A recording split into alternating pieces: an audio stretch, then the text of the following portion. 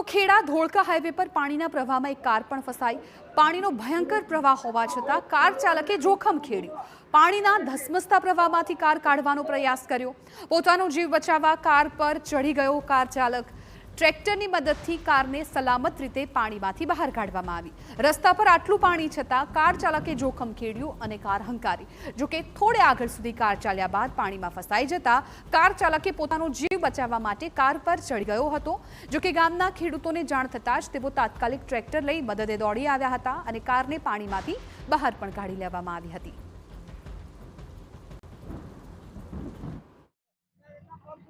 साबरमती नदीना पूरना पाणी खेड़ा धोळका हाईवे पर फरी वळ्या छे। वहीवटी तंत्र द्वारा गत रात्रिथी रोड बंद करवामां आव्यो छतां पण કેટલાક वाहन चालको पाणीनी अंदर खोटું જોખમ લઈ રહ્યા છે। આ દ્રશ્ય બતાવવાનો પ્રયાસ કરીશ। થોડા સમય પહેલા જ આ થાર કારનો ચાલક પાણીની અંદર પ્રવેશ્યો હતો, પરંતુ અત્યારે તે ફસાઈ ગયો છે। મહત્વની બાબત એ છે કે જે રીતે પાણીનો પ્રવાહ સતત વધી રહ્યો છે તેના કારણે તે પોતે ફસાઈ ગયો છે।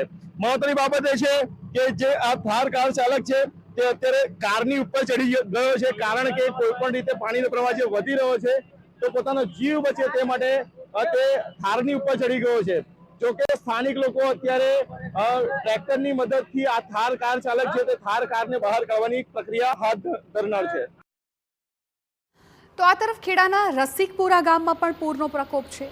ધોળકા હાઈવે પર રઢુથી રસિકપુરા ગામ વચ્ચે પાણી 1 કિલોમીટર સુધી પૂરના પાણી વહેતા થયા છે। પાણીનો પ્રચંડ પ્રવાહ હાઈવે પરથી વહેતો થયો। 3 ફૂટ જેટલા પાણી સતત 16 કલાકથી યથાવત છે।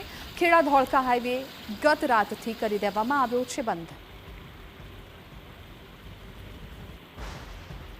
સાબરમતી નદીમાં આવેલા ઘોડાપુરને કારણે ખેડા તાલુકાના છેવાડાના ગામડાઓ દરિયામાં પરિવર્તિત થઈ ગયા છે। અત્યારે ઊભો છું ખેડા ધોળકા હાઈવેની ઉપર। જે રીતે પૂરના પાણી રોડની ઉપર ફરી વળ્યા છે તેના કારણે માર્ગ મકાન ખેડા દ્વારા જે સ્ટેટ હાઈવે છે તેને ગત રાત્રિથી બંધ કરવાની ફરજ પડી છે। પાણીનો પ્રવાહ સતત વધી રહ્યો છે અને આ જે પાણી અત્યારે આ દ્રશ્ય બતાવવાનો પ્રયાસ કરીશ કે રોડની ઉપરથી જે પાણી પસાર થઈ રહ્યા છે તે રસિકપુરા, વારસંગ અને રઢુ ગામની સીમ વિસ્તારમાં પ્રવેશી રહ્યા છે। તેના કારણે ખેતી પાકો હોય કે ખેતર હોય વ્યાપક પ્રમાણમાં નુકસાન થવાની ભીતિ સેવાઈ રહી છે।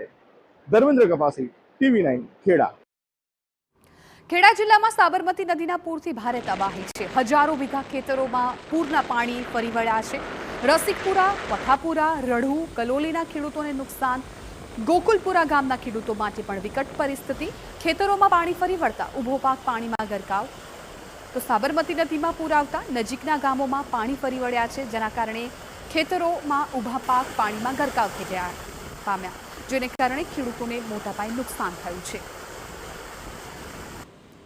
આ દ્રશ્યો જુઓ। ખેડામાં જ્યાં પણ નજર કરશો ત્યાં જ પ્રકારનો પાણીનો પ્રકોપ જોવા મળી રહ્યો છે। મંદિર છે એ પણ અડધું પાણીમાં ડૂબેલું જોવા મળી રહ્યું છે। અનેક એવા ગામો છે કે જ્યાં વરસાદી પાણી ફરી વળ્યા છે। ખાસ તો સાબરમતી નદીમાં જે પૂર આવ્યું છે ને એ પૂર ખેડા સુધી પહોંચ્યું છે અને ખેડાના તમામ વિસ્તારો અત્યારે પાણીથી તરબોળ થયા છે।